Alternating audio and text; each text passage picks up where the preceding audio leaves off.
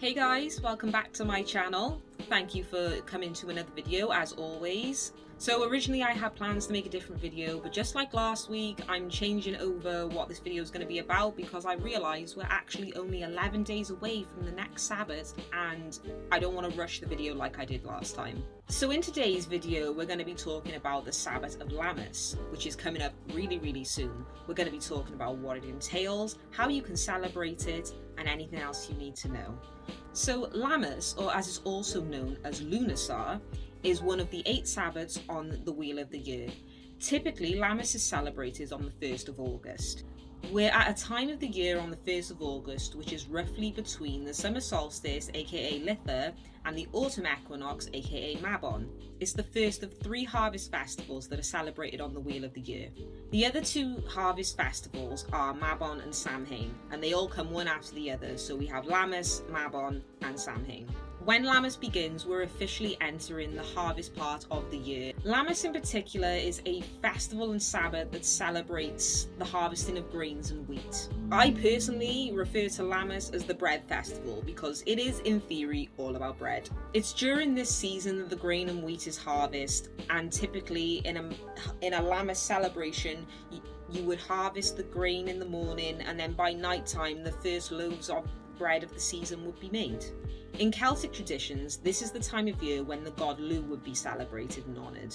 This is where the original Celtic name for Lammas, Lughnasadh, comes from. It comes from the god Lugh.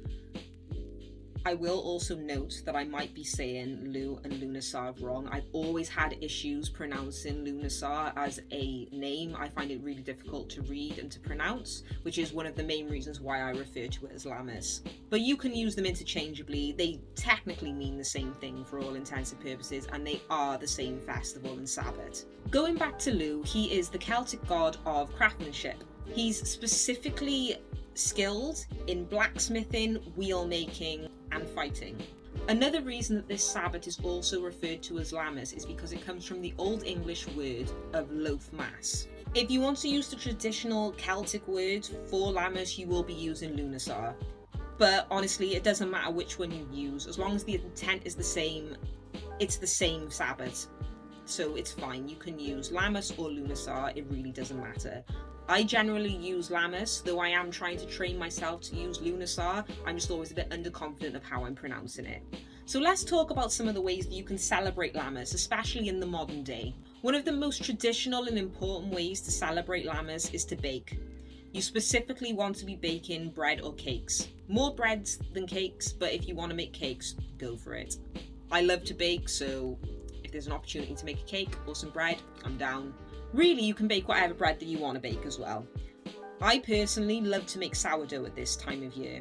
Sourdough is like my favourite bread of all, and I find because sourdough is a longer process than like a typical white loaf, I can really get into making the sourdough ritualistically. Because it takes so long to prepare and make, I end up going into a sort of meditative state, and I have to learn to be patient while I'm waiting for the dough to rise and while I'm waiting for the yeast to activate. And I find that it really teaches me to just be in the moment, and then by the time the loaf is done, I feel a real sense of achievement that I've spent the day making this bread. When I make bread, I like to pour my love and gratitude and energy into the bread and then share it with my loved ones, so they're having a part of me and a part of my gratitude and a part of my love, and we get to enjoy it together. As always with every Sabbath, you want to find a way to decorate your altar if you can, and if you have one. The best way you can celebrate Lammas in terms of decorating your altar is to fill it with decorations that symbolise the harvest season. If you do end up making bread, you might want to put some of that bread on your altar. You can put it as an offering to any deities that you work with or any energies or magics that you work with. It's just an offering to show that you're recognising this time of year and you want to give these energies or these deities some love and respect. You can also put other foods like apples, grapes, corn, and also any representations of scythes on your altar. Scythes are a big symbol of this time of year because they represent the actual scythes that you would use to harvest the grain and the wheat. If you are dead set on decorating your altar though, remember you want to keep it personal and as personal to you as you can. You're not decorating your altar for anyone else. I've said this before. You're decorating it just for you, just for your deities, and just for what you believe in and what you practice. When it's more personal to you and you believe more of what you're putting on your altar and you feel like it goes with you as a person, the energies that come with the altar become much more potent, much more personal, and much more real. Also, another great way to celebrate Lammas or Lughnasadh is to cast a circle. I'll say this for every single Sabbath because this is one of my favourite things to do at any of the Sabbaths when I have the chance. I specifically like to set goals between the two Sabbaths that are happening. So for Lammas, I like to set goals for between then and Mabon, and between Mabon and Samhain, and between Samhain and Yule, and so on and so on and so on. You want to give thanks for everything you've achieved and any lessons that you've had to learn, and it's a great way to amplify recognising and learning from those energies when you cast the circle. This Sabbath is a great time to focus on gratitude and celebrations of the actual earth. The earth has worked really hard to provide us with a bountiful harvest and to provide us with everything we needed up until this point. It's provided us with the food that we eat, the water that we drink, the places that we go to enjoy. During this first harvest season, that should definitely 100% be recognised. Spend some time with nature and the physical earth and just really meditate with it and just show it that you are thankful for it and that you recognise it and you understand and are thankful for the hard work that it provides for you. Pretty much every Sabbath, especially like the major four, involves feasting. I'm going to say it again, I call Lammas the bread festival, and this is a perfect time to have a bread festival or a bread feast. If you want to get lavish with it and you want to get people involved, get your loved ones together and have a meal that centres around bread. Light a fire and all sit around a fire together and just enjoy the present moment, enjoy being together and enjoy the meal that you've provided.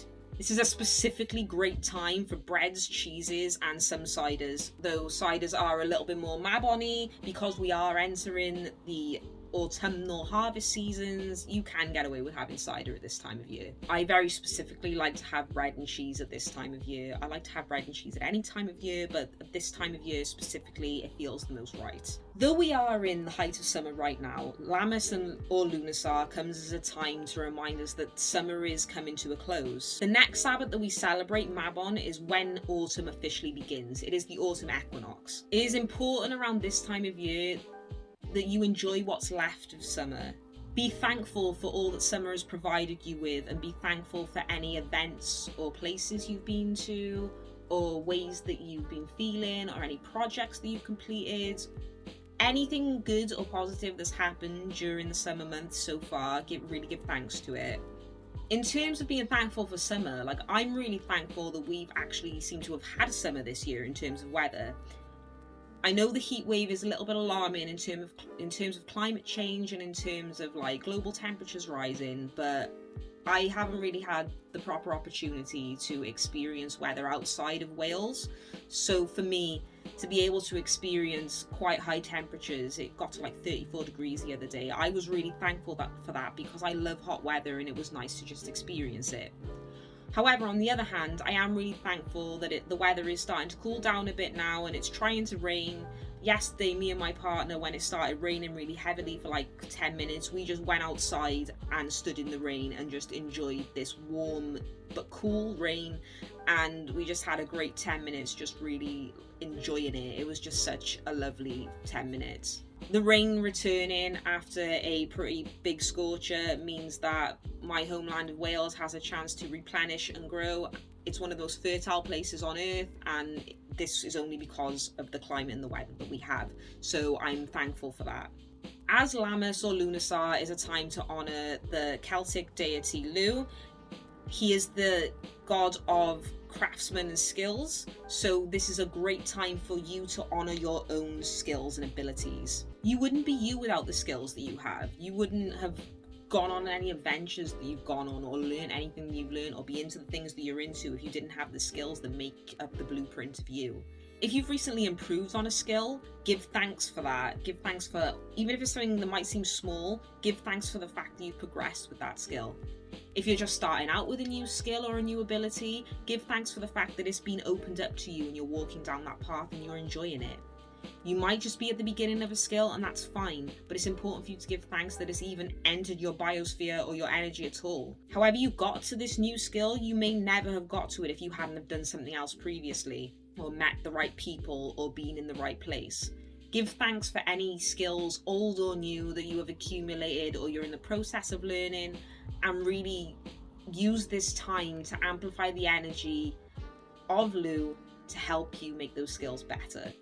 If you do work with deities, even if you don't, just leave an offering somewhere. It could be on your altar, it could be in a forest, it could even be like a flower on the side of the road or something. Leave a little offering to Lu to thank him for giving you the ability to learn your skills and abilities. When you show the earth and the gods and any higher powers that you're thankful for these skills and abilities that they have given you, you're more likely to reap more rewards from it. As always, and I will say this again for every single Sabbath because I think this is really important for you to really understand the different phases of the year, go and spend time in nature if you can. Because summer is in its most heightened phase right now, you're going to experience the best time of summer. We're at the peak of summer now, guys. Like, this is it. As soon as we get to Lammas, August the 1st, that is the peak of summer. It's not going to get any better than that point. So you really want to, like, go and sit in a park or in a forest or a beach, or just even in your garden or anywhere that has nature. You want to go and sit in it so you can really appreciate the fact that this is summer. Feel how different nature and everything and the atmosphere around you feels in Lammas to how it did at Litha. Though it hasn't been much time in between, you will feel a difference. You want to keep yourself as present as you possibly can during this moment. Meditate if you have the option and if you feel comfortable, and just really just take everything in. It's a moment of mindfulness and just appreciating the different phases of the year. If you don't have much time to celebrate this Sabbath, like you might not have had time for some of the other ones, one of my favourite ways to celebrate a Sabbath in a passive way, but you can still get on with your day, is to wear the colours of the Sabbath. So at this time of year, you really want to wear like yellows, golds, oranges, greens, all like those summery colours that are starting to blend into harvesty colours. These are perfect colours for this time of year. They represent Lammas or Lughnasadh perfectly. The most important thing with any Sabbath, and Lammas is no exception, is to have fun. Personalise how you celebrate the Sabbath so it fits in with your personality and your magical path. Don't go about celebrating any Sabbath in a way you think might impress someone else or you feel you're doing it wrong. As long as you stick to the basic guidelines of any Sabbath, there is no wrong way to do it. Like, you know, if you were carving pumpkins for Litha, that would be a bit strange. But, you know, that's just common sense.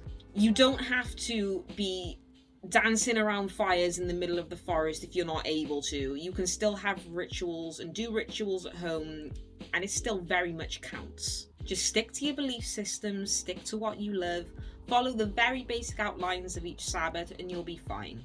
That was a little bit about how you can celebrate Lammas or Lughnasadh, however you want to pronounce it. I am learning, bear with me. I've only been celebrating Sabbaths for like 7+ years now and I still can't pronounce Lughnasadh properly.